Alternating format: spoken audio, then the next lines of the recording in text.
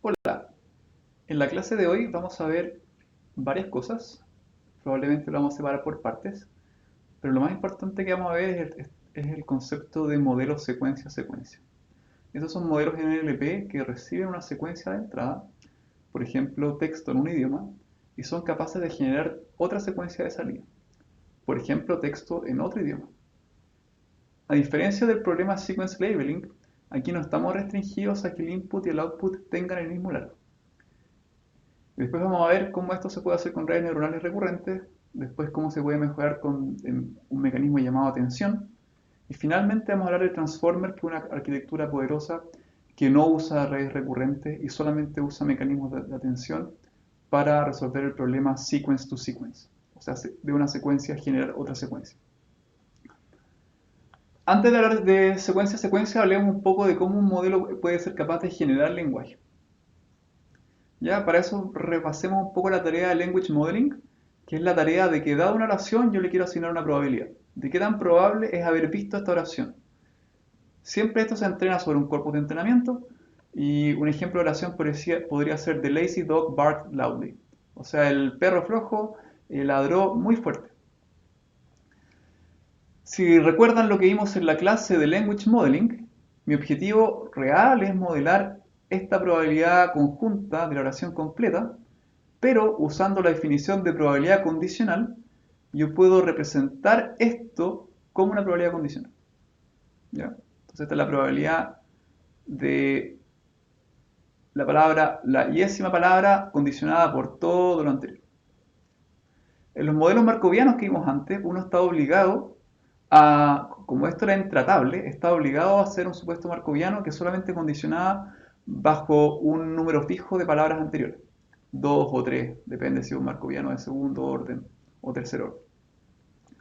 Con una red neuronal recurrente, uno es capaz de condicionar sobre todo el pasado, porque va preservando en el estado todo lo que ha pasado, con esta función recursiva R, y así puede tener un modelo mucho más poderoso para condicionar sobre lo anterior.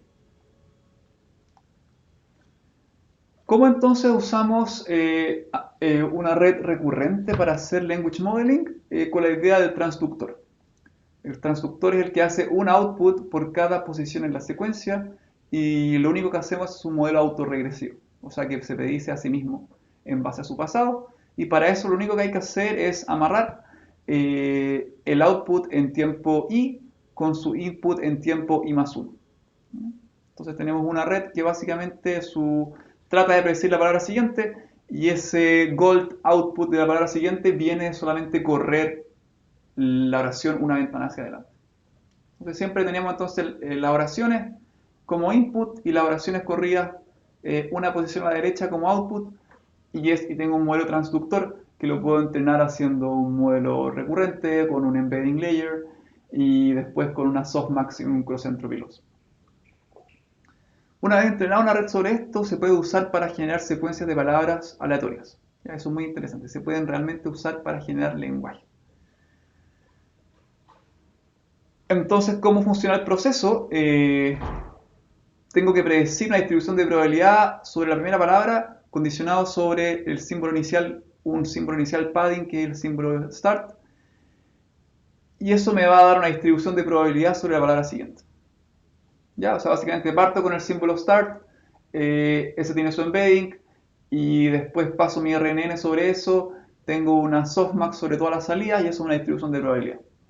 Y sobre esas van a haber algunas palabras que van a ser más probables para partir la oración que otras.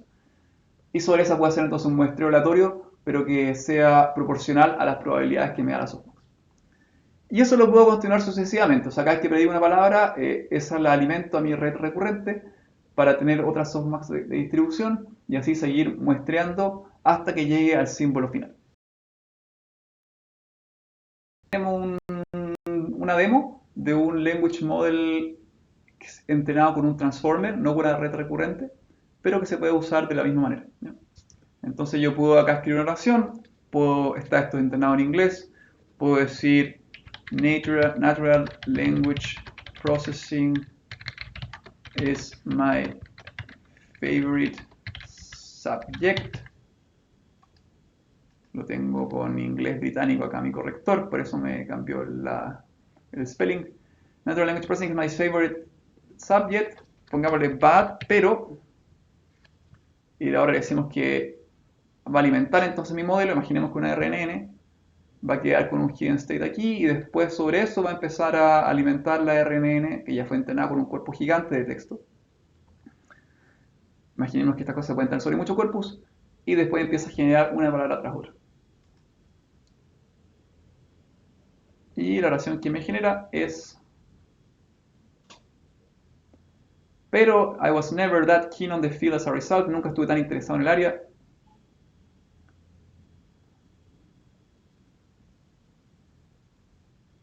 Y bla, bla, bla, bla. ¿Ya? Y vamos a ver que realmente las oraciones que genera son totalmente plausibles, son súper creíbles. Y eso contradice mucho lo que decía Chomsky, que decía que los modelos probabilísticos iban a ser incapaces de modelar correctamente la gramática. Y vemos aquí que la gramática de estas oraciones está totalmente respetada, ya tanto a nivel morfológico como a nivel el orden que tienen las palabras en la oración. El diagrama de acá muestra el proceso, ilustra el proceso de forma más clara. Entonces la idea es que yo tengo mi RNN, que es la que va codificando mi language model, y entonces yo parto con el símbolo start, tengo mi embedding layer, que es su alimento en mi estado, predigo una palabra, paso por mi softmax y trato de predecir una palabra, y la palabra que yo predigo entonces la paso a la fase siguiente y a ese le paso un embedding y así sucesivamente. Cuando yo entreno esto, hago algo que se llama teacher forcing, que no le alimento la predicción anterior, sino le paso realmente la palabra que correspondía anteriormente. Entonces le pasamos realmente el ground truth de la palabra anterior, incluso si la predicción le puso una masa de probabilidad bastante baja ahí. Entonces es muy probable que en testing el generador haya generado una palabra bastante distinta a la que aparecía en el texto real, pero esto me ayuda a que durante el entrenamiento no se desvíen tanto las oraciones. Entonces básicamente después de predecir una distribución de probabilidad del siguiente símbolo de output, o sea, después de predecir la palabra K, condicionado sobre todo lo anterior, escojo el token más probable y su embedding vector lo alimento como input al paso siguiente. ¿No? Entonces, esto es el problema de generación de lenguaje. Ahora vamos a tratar de ver un problema que en la práctica es más interesante, que es el problema sequence to sequence. Ya, o sea, sequence generation es básicamente yo tengo una gran secuencia y genero lenguaje. Sequence to sequence es el problema en que yo realmente quiero a partir de una secuencia generar otra. Muchas tareas en NLP se pueden formular como el framework sequence to sequence o generación condicionada. Entonces yo quiero generar una secuencia de outputs a partir de una secuencia de inputs. Y lo más importante aquí, el input y el output pueden tener largos distintos. Si tuvieran el mismo largo, uno podría ver que el problema es solamente un sequence labeling, como un tagging, un etiquetado. Acá realmente yo soy capaz de generar secuencias de largo distinto. ¿Dónde es muy interesante esto? En traducción automática, Machine Translation. Entonces la secuencia de entrada es el texto en el idioma original de input y la secuencia de salida es texto en el lenguaje de salida. ¿Por qué Machine Translation no se puede ver directamente con problema de sequence labeling y es más sequence to sequence? Porque realmente los lenguajes son muy distintos. Tienen gramáticas distintas, tienen sintaxis distinta, tienen morfología distinta, usan expresiones distintas. Entonces no es llegar y traducir palabra por palabra para poder producir oraciones que sean correctas. ¿Ya? Pensemos, por ejemplo, cómo se hacen preguntas en inglés. Did you go to the beach? ¿Fuiste a la playa? En inglés nosotros usamos un verbo auxiliar. Entonces no es llegar y hacer traducción directa. Y a veces en otros idiomas usan expresiones que tienen más de una palabra, como collocations, como, no sé, voy a inventar algo, es make up en inglés. Entonces eso hace que realmente se necesite que el input y el output sean de algo distinto. Otro problema muy famoso es summarization, que es la extracción automática de resúmenes. Es lo mismo, quiero pasar de un texto largo a un texto corto que resume el texto. De nuevo, todos estos problemas los vamos a atacar de manera supervisada. O sea, vamos a requerir un corpus en que hayan, por ejemplo, un corpus paralelo, un parallel corpus que tenga texto en alemán y texto en inglés. Si es summarization, tenemos que tener documentos y sus resúmenes. Ya pueden ser papers y sus abstracts. Otra cosa que se puede modelar mucho, relativamente bien con el enfoque sequence to sequence es modelar el diálogo, que es la conversación entre dos o más participantes, que es la idea de hacer un chatbot. Ya que básicamente tengo entonces, le paso entonces como entrada la conversación hasta el punto anterior, hola, ¿cómo estás? Y después trato de generar la respuesta. ¿Cómo podemos usar una red recurrente para el problema sequence to sequence? Donde el output puede tener un largo distinto. Definitivamente un acceptor no me sirve, porque el acceptor solamente puede clasificar la secuencia. Sequence labeling tampoco, porque el largo de la salida puede ser distinta. Realmente cuando uno quiere llevar el poder de las RNN se puede ver muy fuertemente en el contexto de sequence to sequence. ¿Ya? Y esto se le llama el framework encoder-decoder, codificador-decodificador. ¿Y cuál es la idea? Tener dos redes neuronales recurrentes. Dos, pero que se van a entrenar en conjunto con una sola supervisión. O sea, básicamente que una RNN sea input de otra. Entonces tenemos un codificador, encoder, le voy a decir de aquí en adelante en inglés, encoder, que es una RNN que se usa para codificar el input en un vector. O sea, imaginémonos que el input es mi texto en español, el perro ladra, mi output es la traducción en inglés de dog barks, y la idea es tener un codificador que lee el input, el perro ladra, y me deja entonces todo el input en un solo vector. Imaginémonos que es el último hidden state, el estado de la última palabra. Después tengo una segunda RNN que lee este input y decodifica este output y empieza a generar el output. El decodificador es muy parecido al el generador de lenguaje que vimos ahora, pero además de ser autorregresivo, o sea que recibe como input la palabra anterior, también recibe este vector C que condicionó todo lo que aprendí de la entrada. Entonces, en cada paso de la generación, este vector C se concatena al input, que es lo que generé anteriormente, y eso le paso a la RNN decodificadora, y esa realmente es la que yo trato de predecir la palabra siguiente. Entonces, toda la supervisión de qué es lo correcto y lo no correcto viene del decoder, de ser capaz de producir la palabra correcta. Esta figura ilustra el proceso de una arquitectura encoder-decoder con dos redes recurrentes. Entonces primero tengo la secuencia de input, que imaginémonos que es la secuencia en el idioma original, español. El perro ladra, entonces parto con el embedding del símbolo start, tengo mi función recurrente, mi función output, y mi función recurrente entonces me genera un nuevo estado, tengo la primera palabra, paso por su embedding layer, etcétera, etcétera, etcétera, hasta que obtengo como el estado final. ¿Ya? Este va a ser mi vector C, que básicamente va a ser el estado de la oración del input. Y después cuando yo quiero realmente predecir, tengo otra RNN del idioma de salida que tiene su propio embedding layer, ¿no es cierto? Que depende del idioma de salida. Y esta entonces va a concatenar el embedding del start symbol para el decoder con el vector que representa todo el texto del idioma de entrada, y eso va a ser el input de mi RNN de decodificadora, decoder. Y acá tengo lo mismo, una función recursiva y un output que parte con un hidden state, y para cada output tengo una softmax entonces, y que trato, y una hinge loss o una cross entropy loss, trato de predecir la palabra 1 que debería venir, o sea, si esta oración fue el perro ladra, probablemente no esperaría que al D le ponga entonces harta masa de probabilidad. Entonces predigo y la palabra más predicha con más probabilidad la paso a la siguiente, ¿no es cierto? Y esta voy entonces, a este símbolo le paso su embedding, concateno de nuevo con el contexto, que es todo lo que hay en el encoder, y sigo sucesivamente. ¿Ya? Entonces acá tengo una especie de transductor. Este concepto de generación condicionada o sequence to sequence es muy útil para poder mapear secuencias de largo n a secuencias de largo m, de distinto largo. Entonces el encoder va a resumir toda la información útil, semántica, sintáctica del input, el perro ladra, en un solo vector, C.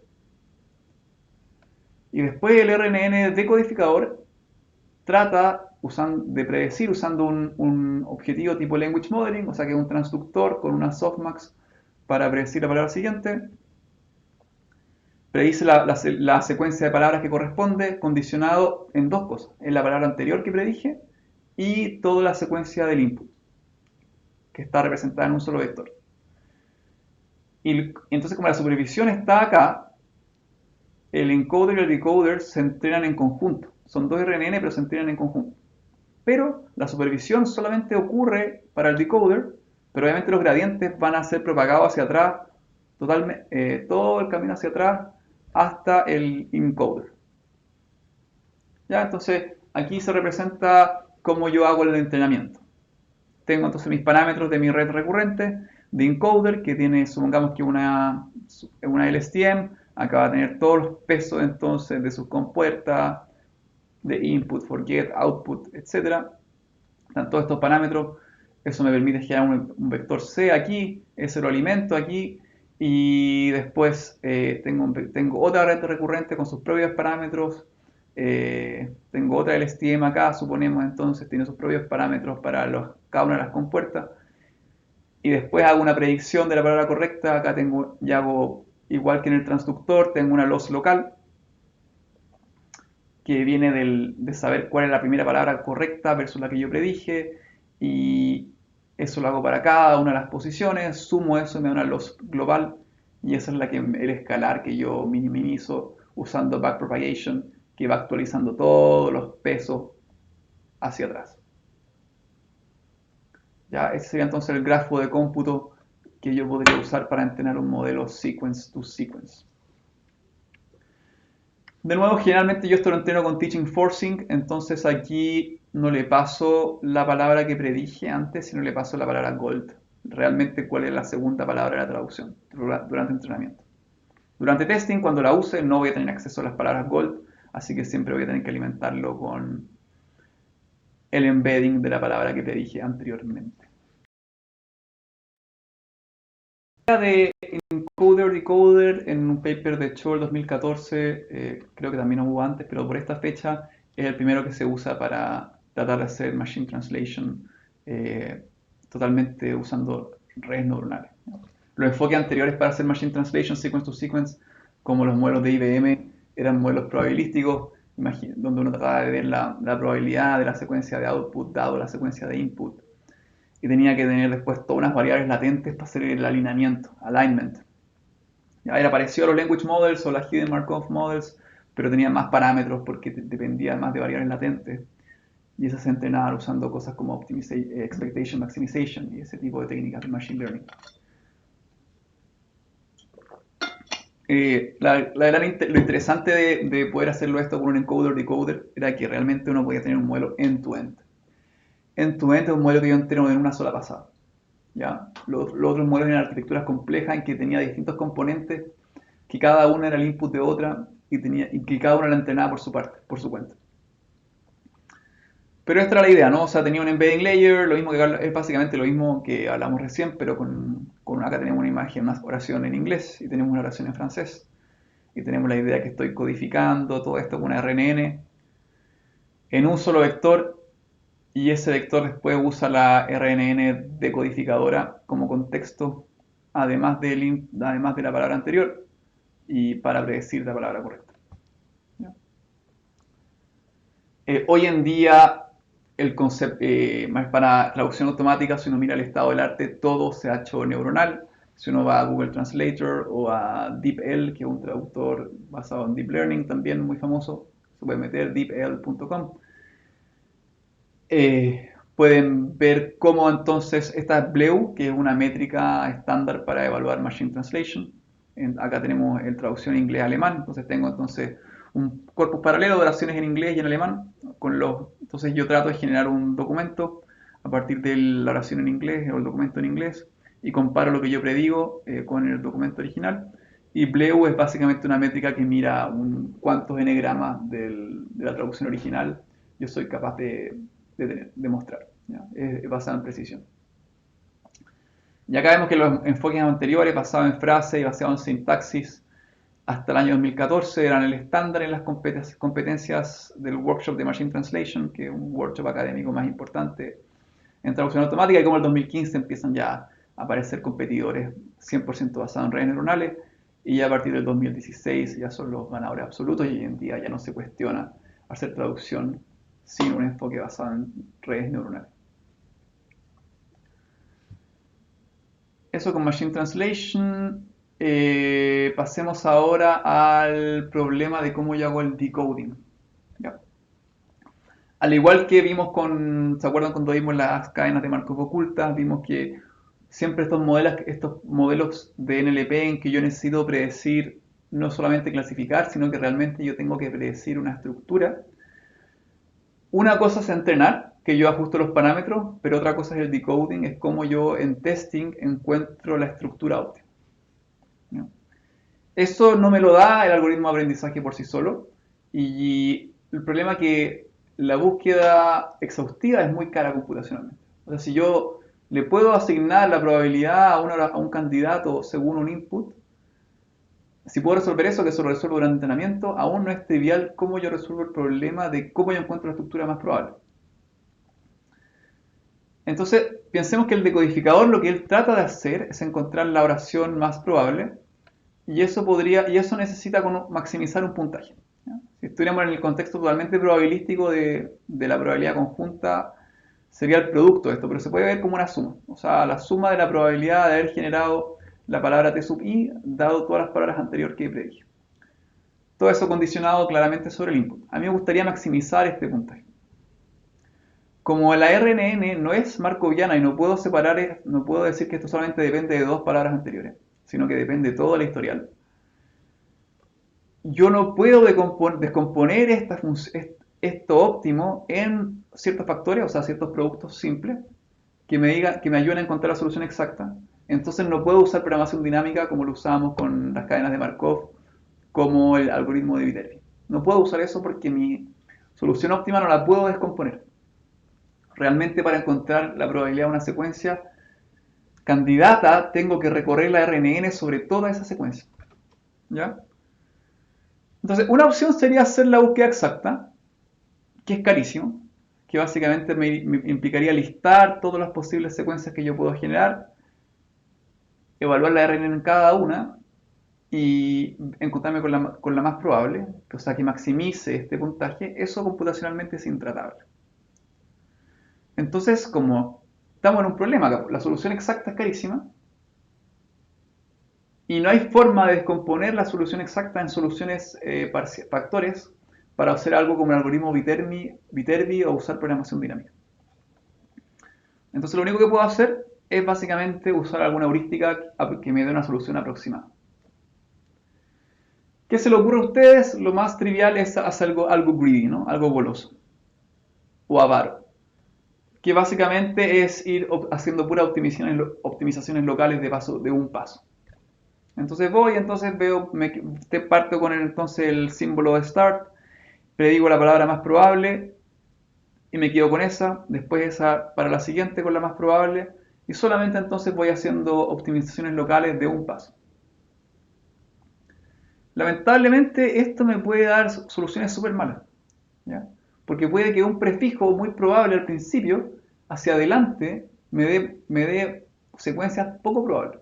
Y tal vez un prefijo que estaba quinto del ranking de probabilidad al principio, a continuación va a ser una secuencia mucho, mucho más probable. Entonces yo necesito hacer algo un poco que considere un poco más opciones en mi espacio de búsqueda, pero no puedo hacer una solución exacta. Entonces la solución es hacer algo entre medio, entre el greedy search y la solución exacta, y eso se llama el beam search, que es búsqueda de viga. Antes de explicar el beam search, veamos en esta ilustración la idea de tener un algoritmo greedy de búsqueda. Entonces acá esto está sacado del apunte de Cho, y básicamente acá está la idea de tener el espacio de búsqueda completo como un árbol. O sea, aquí realmente tengo probabilidades para la primera palabra, Después sobre esto tengo probabilidades para la segunda palabra, las terceras palabras. Y la idea de greedy es que siempre me quedo con la más probable. Entonces voy acá, me quedo con la más probable, esta es mi segunda palabra. Voy aquí, me quedo con la más probable, y sobre esta me quedo con la más probable. ¿Ya? Y como les explicaba, eso puede ser suboptimal porque puede que aquí, el más probable de aquí me hace hacia adelante secuencias que no son tan probables. Y tal vez el tercero, el cuarto más probable, en total me hace una secuencia mucho, mucho más probable. Entonces Beam Search, Beam es una viga, trata de interpolar entre la solución exacta y el greedy, escogiendo cada posible solución a lo largo de mi espacio de búsqueda. Y cada es el tamaño de mi viga. Entonces el Beam Search funciona en pasos. Recuerden que acá estoy en el sistema de decoding, o sea, asumimos que ya entrené mi red recurrente encoder-decoder. Ahora la quiero usar para encontrar la oración más probable. ¿Ya? Entonces, ¿qué es lo que hacemos? Hacemos algo entre medio entre greedy search y exact search. Entonces lo que hacemos primero, cada el tamaño de mi viga, que es un parámetro, supongamos que es 10. Entonces en vez de quedar, parto entonces con el token inicial y me quedo con las, y veo toda la distribución de probabilidad del vocabulario para la primera palabra. Las ranqueo y solamente me quedo con las 10 más probables. Supongamos que tenía el perro ladra, entonces para la primera oración podría ser de, podría ser a, podría ser an, podría ser dog. Entonces, supongamos que de, a y las son las más probables. Me quedo con las k más probables, con las 10 más probables. Y después, en cada paso, voy para sacar después la secuencia de largo 2, expando solamente expando los k seleccionados en la fase anterior. Entonces, estas 10 palabras más probables, expando 10 por el tamaño del vocabulario. Supongamos que el vocabulario es de tamaño 200, entonces me quedarían 2000 opciones. Tengo 2000 opciones que parten con las 10 primeras palabras de candidatos de largo 2. A todo eso le calculo su probabilidad de la secuencia, pasando por la RNN, ¿no es cierto? Y me quedo entonces con los K más probables, o sea, con las K secuencias de tamaño 2. Y eso lo expando nuevamente consecutivamente con secuencias de tamaño 3. Entonces siempre mi espacio de búsqueda va a ser K por el tamaño del vocabulario. Y de un paso a otro solamente me quedo con K candidatos. ¿Ya? ¿Cuándo para esto? Esto para cuando básicamente una secuencia llega al end of token, o sea, tengo el end of sentence, o puedo tener un threshold de cuál es la probabilidad ya que ya es suficientemente buena como para que pase. Y esto itero hasta que haya encontrado las K oraciones más probables y de esa me quedo con la más probable. Entonces, esto es súper interesante porque habla de que en inteligencia artificial, o sea, Machine Learning hace mucho en el tema de cómo aprender los parámetros, pero necesitamos algoritmos que me ayuden a encontrar la estructura óptima en problemas que yo quiero generar una estructura. Y Beam Search es una heurística que se porta bastante bien, es una solución bastante simple y me permite encontrar en tiempo razonable candidato a secuencia más probable condicionada por el input.